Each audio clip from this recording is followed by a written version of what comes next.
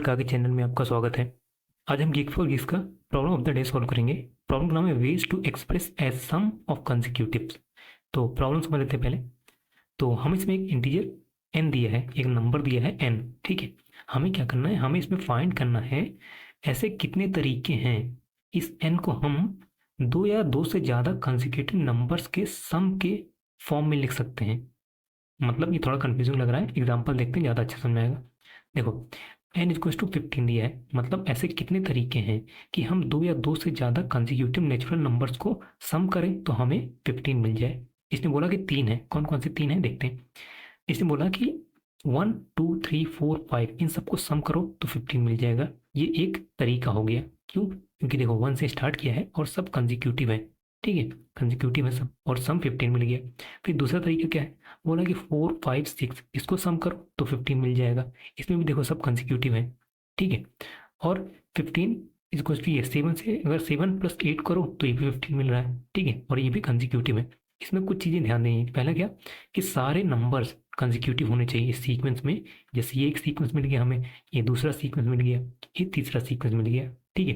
तो मतलब जितने भी वैलिड सीक्वेंस होंगे उसके अंदर जितने भी नंबर्स हैं वो कंसेक्यूटिव होने चाहिए, पहला चीज। दूसरा चीज क्या कि सीक्वेंस का जो लेंथ होगा वो कम से कम दो होना चाहिए, कम से कम दो नंबर्स उसके अंदर होने चाहिए। जैसे इसके अंदर 5 नंबर्स हैं, इसके अंदर 3 नंबर्स हैं, इसके अंदर 2 नंबर्स हैं, ठीक है, कम से कम 2 नंबर्स होने चाहिए। और दूसरा क्या, और तीसरा क्या कि नेचुरल नंबर्स होने चाहिए, मतलब 1 2 3 यही सब होने चाहिए, ठीक है। तो समझते हैं कैसे सॉल्व करेंगे। देखो इसको ब्रूट फोर्स, इसको सॉल्व करने का ब्रूट फोर्स अप्रोच तो समझ में आई होगा। क्या क्या होगा ब्रूट फोर्स अप्रोच? यही कि हर नंबर से स्टार्ट करो और सम करते जाओ जितने भी कंसेक्यूटिव नंबर्स आते हैं। मतलब जैसे ऐसे करो, 1 से पहले स्टार्ट करो। क्या करो, 1 से स्टार्ट करो, 1 + 2 + 3 + 4 ऐसे करते जाओ। कब तक करते जाओ? जब तक हमें ये n = 15 नहीं मिल जाता, या फिर मतलब सम, जब तक हमें इसका सम n के बराबर नहीं मिल जाता, या फिर इसका सम ग्रेटर देन n नहीं हो जाता, ठीक है। अगर हमें सम n के बराबर मिल गया तो हमारा काउंट बढ़ जाएगा। अगर सम ग्रेटर, अगर n से बड़ा हो गया तो मतलब हमें नहीं मिलेगा, 1 से स्टार्ट होने वाला सीक्वेंस नहीं मिलेगा, ठीक है। फिर क्या करेंगे, 2 से स्टार्ट करो, ठीक है, 2 से स्टार्ट करो सीक्वेंस, मतलब 2 + 3 + 4 + 5 ऐसे करते जाओ, ठीक है। फिर इसका पूरे का सम करते जाओ। देखो अगर सम हमें n के बराबर मिल जाता है तो हमें एक सीक्वेंस मिल गया, काउंट को प्लस प्लस कर दो। अगर सीक्वेंस बड़ा हो गया, सम ये सम जो है अगर n से बड़ा हो गया तो मतलब इस सीक्वेंस में भी हमें नहीं मिलेगा नंबर, ठीक है। तो ऐसे करते जाना। फिर क्या करना है, फिर 3 से स्टार्ट करो, 3 से वही चीज, 3 + 4 + 5 ऐसे करते जाना है, ठीक है। तो इसका कॉम्प्लेक्सिटी हो जाएगा ऑर्डर ऑफ n², और यहाँ n = 10⁸ दे रखा है, तो यहाँ कुछ,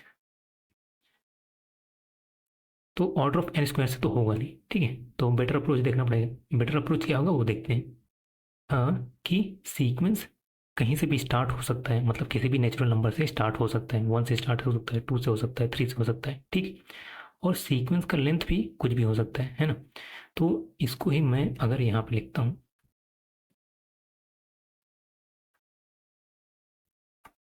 ठीक है, ये मैंने लिखा है यहाँ पे।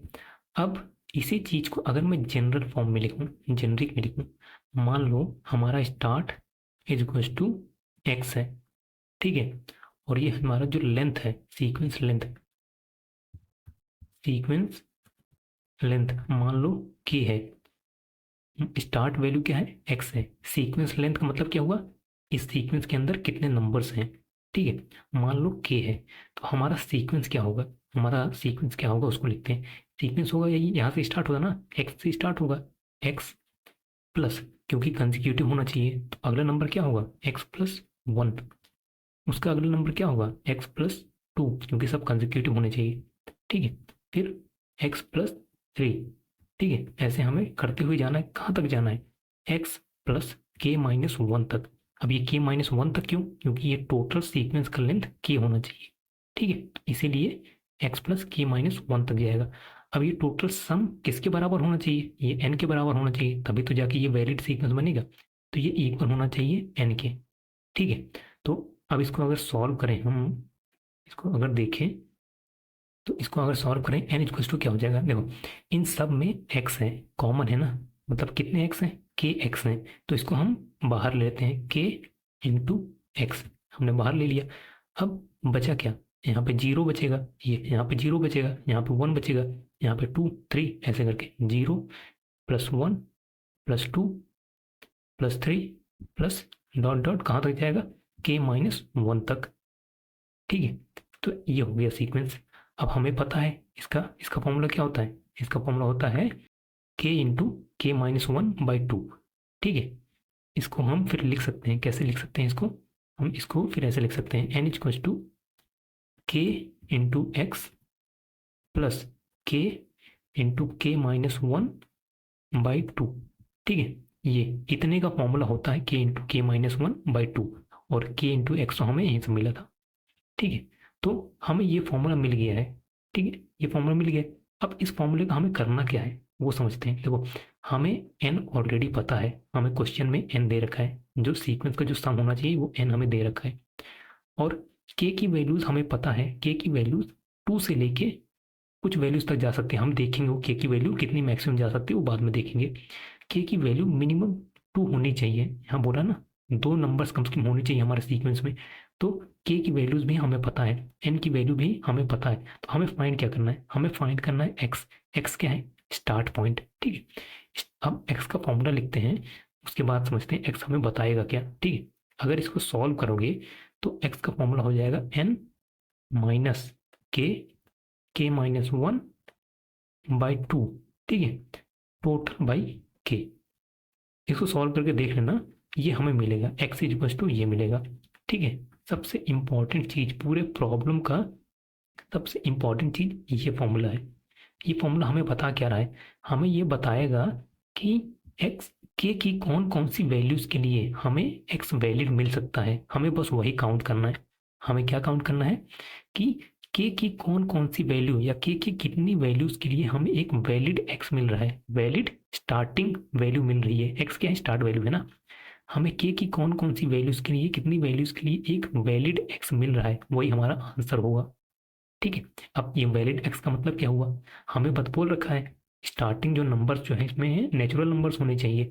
ठीक है, और स्टार्टिंग हमारा x है, नेचुरल नंबर होना चाहिए, मतलब एक वैलिड इंटीजर होना चाहिए, क्योंकि ये जो होगा ये टोटल वैल्यू फ्लोट या डबल भी दे सकता है। हमें बस चेक करना है कि k की कौन कौन सी वैल्यूज के लिए ये एक वैलिड इंटीजर मिलता है। हमें जितनी वैल्यूज की, जितनी k की वैल्यूज के लिए हमें वैलिड इंटीजर मिलेगा, हमारा वही आंसर हो जाएगा। ठीक है, अब आगे देखते हैं, अपने इस एग्जाम्पल में लगा के देखते हैं। n = 15 है, इसका आंसर 3 है। ठीक है, देखते हैं कैसे आता है इसका आंसर 3। तो इनिशियली मान लो हमारा काउंट काउंट आंसर = 0 है। ठीक है, इसको मैं यहाँ पे लिखता हूँ, आंसर हमारा 0 है इनिशियली। ठीक है, हमारा n क्या दे रखा है, n = 15 दे रखा है, और हमें स्टार्ट करना है k = 2 से स्टार्ट करते हैं, क्योंकि k जो लेंथ है, सीक्वेंस का लेंथ कम से कम 2 तो होना ही चाहिए। ठीक है, तो k = 2 से स्टार्ट करते हैं। अब k = 2 इसके अंदर डालते हैं, तो x का वैल्यू क्या हो जाएगा वो कैलकुलेट करते हैं। x = क्या हो जाएगा 15, क्योंकि n हमें पता है 15, माइनस 2 × 1, क्योंकि k माइनस ये 2 - 1 करेंगे तो 1 बचेगा यहाँ पे। ठीक है, ये होगा /2, ये टोटल का /2 हो जाएगा। ठीक है, फिर x = क्या हो जाएगा, यही 15 - 1/2। ठीक है, क्या हो जाएगा 14/2। x = क्या है, x = 7 आया। अब ये हमें चेक करना है कि ये x जो है 7, क्या ये एक वैलिड इंटीजर है, वैलिड इंटीजर है। हाँ, ये 7 एक वैलिड इंटीजर है, ये कोई फ्लोट या डबल नहीं है। तो मतलब क्या हुआ, हमें एक सीक्वेंस मिल गया। सीक्वेंस कौन सा है, सीक्वेंस वही होगा ना, 7 स्टार्टिंग है प्लस 8 कर दोगे तो 15 हो गया। ये हमारा सीक्वेंस है। ठीक है, तो हमें सीक्वेंस मतलब नहीं है, हमें बस ये देखना है कि हमें ये एक वैलिड इंटीजर मिला कि नहीं। हमें एक वैलिड इंटीजर मिल गया, अपने काउंट को प्लस प्लस कर दो, 1 हो गया। ठीक है, अब k = 3 पे जाते हैं। ठीक है, k = 3 पे जाते हैं, फिर से x को फाइंड करते हैं। x 15 - 3 × 2/2, टोटल का /2। ठीक है, फिर x = क्या हो जाएगा 15 - 3/2, कितना हो जाएगा 12 एक सेकेंड, बाई k है ना, यहाँ 3 होगा, यहाँ पे 3 होगा /3। कितना हो जाएगा, एक्स इक्वल टू हो जाएगा हमारा 4। फिर से चेक करो क्या हमारा 4 एक वैलिड इंटीजर है। हाँ 4 एक वैलिड इंटीजर है, ये एक वैलिड सीक्वेंस बनाएगा। सीक्वेंस कौन सा होगा, 4 से स्टार्ट है, 4 + 5 + 6 इक्वल टू 15 हो जाएगा। ठीक है, तो मतलब ये एक वैलिड सीक्वेंस बनाएगा क्योंकि ये एक वैलिड इंटीजर है। तो इसको प्लस प्लस कर देते हैं कि काउंट हमारा 2 हो गया। ठीक है, अब के इक्वल टू 4 के लिए देखते हैं, के इक्वल टू 4 के लिए देखते हैं एक्स की वैल्यू क्या होगी। X equal to 15 minus 4 into 3/2/4, क्योंकि के है ना, लास्ट में के है। ठीक है, इसको करते हैं, एक्स इक्वल टू 15 माइनस 6/4 क्या हो जाएगा, एक्स इक्वल टू 9/4 क्या आ जाएगा, 2.25। देखो ये क्या एक वैलिड इंटीजर है, नहीं ये फ्लोट वैल्यू है ना, इंटीजर नहीं है। तो मतलब क्या हुआ, के इक्वल टू 4 के लिए मतलब 4 लेंथ का जो सीक्वेंस होगा वो हमें एक वैलिड सीक्वेंस नहीं देगा, तो हम काउंट को प्लस प्लस नहीं करेंगे। अब आगे देखते हैं, के इक्वल टू 5 के लिए देखते हैं, लास्ट वाला। इसका एक्स कैलकुलेट करते हैं, एक्स इक्वल टू क्या हो जाएगा, 15 माइनस 5/4/2 बाई टोटल 5। ठीक है, एक्स इक्वल टू क्या हो जाएगा, 15 माइनस 10/5 क्या हो जाएगा, टोटल वैल्यू 1 आ जाएगी। ठीक है, अब क्या ये 1 एक वैलिड सीक्वेंस वैलिड इंटीजर है, हाँ एक वैलिड इंटीजर है, मतलब ये हमें एक वैलिड सीक्वेंस देगा। तो काउंट को प्लस प्लस कर दो 3। अब ये सीक्वेंस कौन सा वैलिड देगा, वही 1 से स्टार्ट होने वाला, 1 + 2 + 3 + 4 + 5 इक्वल टू 15 हो जाएगा। ठीक है, तो अब आगे के किसी भी वैल्यू के लिए देख लोगे हमें वैलिड सीक्वेंस नहीं मिलेगा, मतलब वैलिड इंटीजर नहीं मिलेगा। तो यही हमारा आंसर है, हमारा आंसर 3 है। ठीक है, तो अब ये समझते हैं कि के की कौन कौन सी वैल्यू पे जाना है हमने, हम तो के इक्वल टू 5 पे रुक गए थे। अब ये देखना है कि के की कितनी वैल्यूज हो सकती है, मतलब 2 से लेके, हमें ये तो पता है 2 से स्टार्ट हुआ क्योंकि यहाँ बोल रखे हैं कम से कम 2 होने चाहिए। 2 से स्टार्ट हुआ, लेकिन उसका मैक्सिमम वैल्यू क्या होगा वो देखते हैं। के है वो 2 से स्टार्ट हुआ, और के जो है कहाँ तक जाएगा, क्योंकि देखो हमें फॉर लूप तो लगाना ही पड़ेगा 2 से लेके। उसका कंडीशन क्या होगा, जो हम देखते हैं ना टर्मिनेशन कंडीशन क्या होगा कि फॉर लूप का, वो देखना है हमें। देखो के इक्वल टू स्टार्ट 2 से होगा। अब के की मैक्सिमम वैल्यू कब होगी, के की मैक्सिमम वैल्यू तब होगी जब हमारा स्टार्ट मिनिमम होगा, है ना। स्टार्ट हमारा जब मिनिमम होगा, स्टार्ट मिनिमम क्या हो सकता है, स्टार्ट मिनिमम 1 हो सकता है। अब सीक्वेंस लिखो, अगर 1 + 2 + 3 + 4 प्लस डॉट डॉट कहाँ तक जाना है, प्लस के तक हमें, क्योंकि के ही फाइंड करना, मान लो लेंथ के है। अब इसका वैल्यू क्या होता है, इसका वैल्यू होता है के इंटू k+1/2। ठीक है, हमें क्या चाहिए, हमें चाहिए कि जब मिनिमम वैल्यू स्टार्ट की तो के हमारा मैक्सिमम होगा, और इसका सम का वैल्यू होगा ये। हमें चाहिए कि जो सम है, ये जो सम है ये smaller than equal to n होना चाहिए, तभी तो जाके ये हमारा एक वैलिड सीक्वेंस बनेगा। तो मतलब क्या हुआ कि के की कुछ ऐसी वैल्यू हमें देखनी है, मतलब के की एक ऐसी वैल्यू मैक्सिमम होगी जिसको हम इसके अंदर अगर डालें, अगर इसके अंदर हम डालें इस फॉर्मूले में, तो वो smaller than equal to n होनी चाहिए। यही हमारा टर्मिनेशन कंडीशन होगा और लूप का। के इक्वल टू 2 से स्टार्ट होगा, और k into k+1/2 should be smaller than equal to n। ठीक है, क्योंकि हमारा के मैक्सिमम तभी होगा जब हमारा ये मिनिमम होगा स्टार्ट पॉइंट। ठीक है, चलो अब कोड करते हैं इसको। देखो, तो सबसे पहले हमारा इंट काउंट इक्वल टू 0 है, जो कि हमें रिटर्न करना है। हमारा फॉर लूप स्टार्ट होगा, हमें के की वैल्यूज पे स्टार्ट करना है, के इक्वल टू 2, और के की मैक्सिमम वैल्यू क्या हो सकती है, के इंटू k+1/2।